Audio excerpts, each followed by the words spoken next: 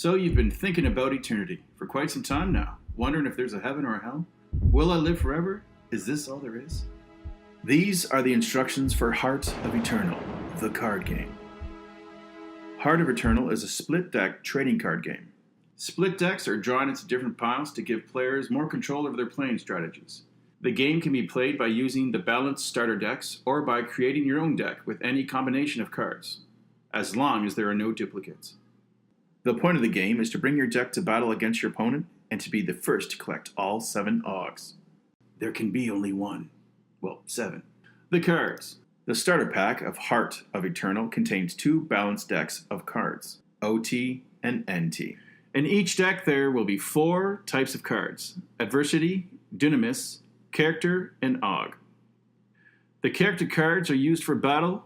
Characters are either good, which are blue, or evil, which are green. Attack points are used on offense. Defense points are only used to defend an attack.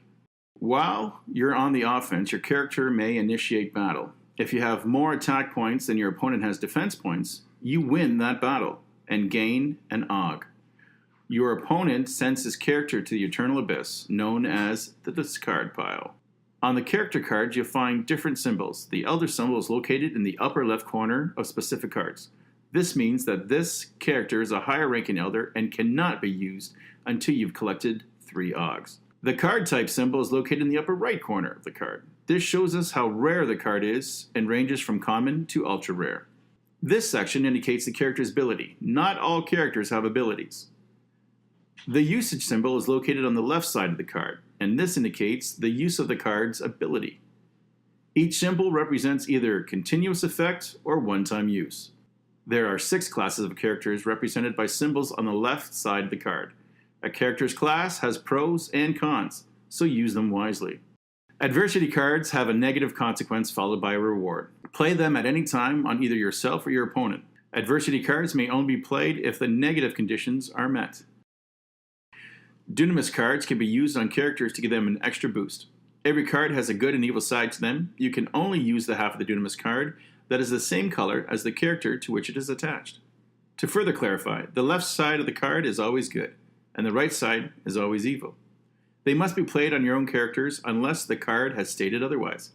If an attached Dunamis is still in effect, when the character card is destroyed, it is discarded. These are the Augs, also known as the Armour of God. These cards have rewards that can be used to help you gain more Augs. Pick up an armor set that includes a heart and live forever. You collect 7 Augs to win the game.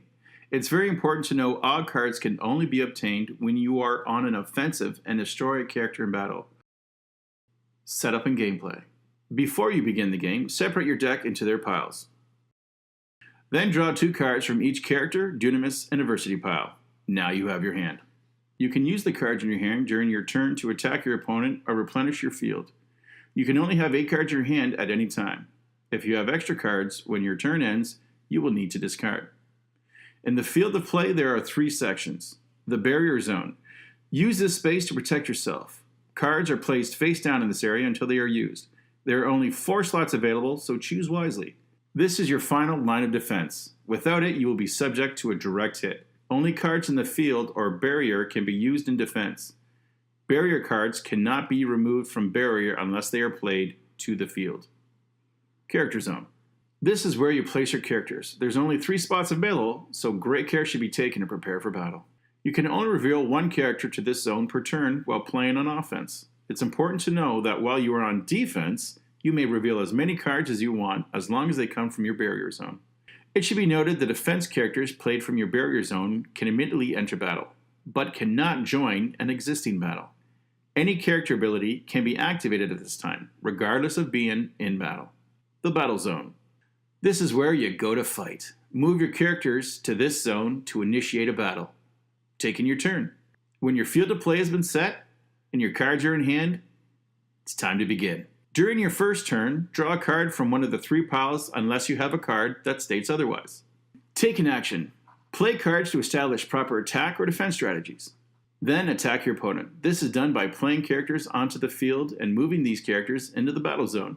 And then it's time to fight. The attacking player gets to choose which character they are going to attack. Use the other cards to complement the characters in battle. Each character may only attack once per turn, unless otherwise stated. If your opponent has no characters in this field, you may use any unplayed attacks to directly attack your opponent. Your opponent can reveal characters of his choice to defend this attack from his barrier zone. Caution, you can't attack your opponent directly within the first 3 turns, but if you want to speed this up a bit, ignore that rule and battle on. In the event that a defending character's defense is higher than the attacking player's offense, the defender wins the battle. The defender does not receive an AUG for this win. In the event of a tie, both characters are returned to the field but cannot attack again this turn. It should be noted that any character ability in effect when the character is destroyed ceases immediately. Replenish. Now that you've completed your actions, prepare your defenses by placing cards strategically in your barrier zone. Finish your turn. Winning. To win the game, you need to be the first player to collect all 7 AUG cards. If players run out of cards first, the player with the most AUG cards wins the game. May the AUGs ever be in your favor.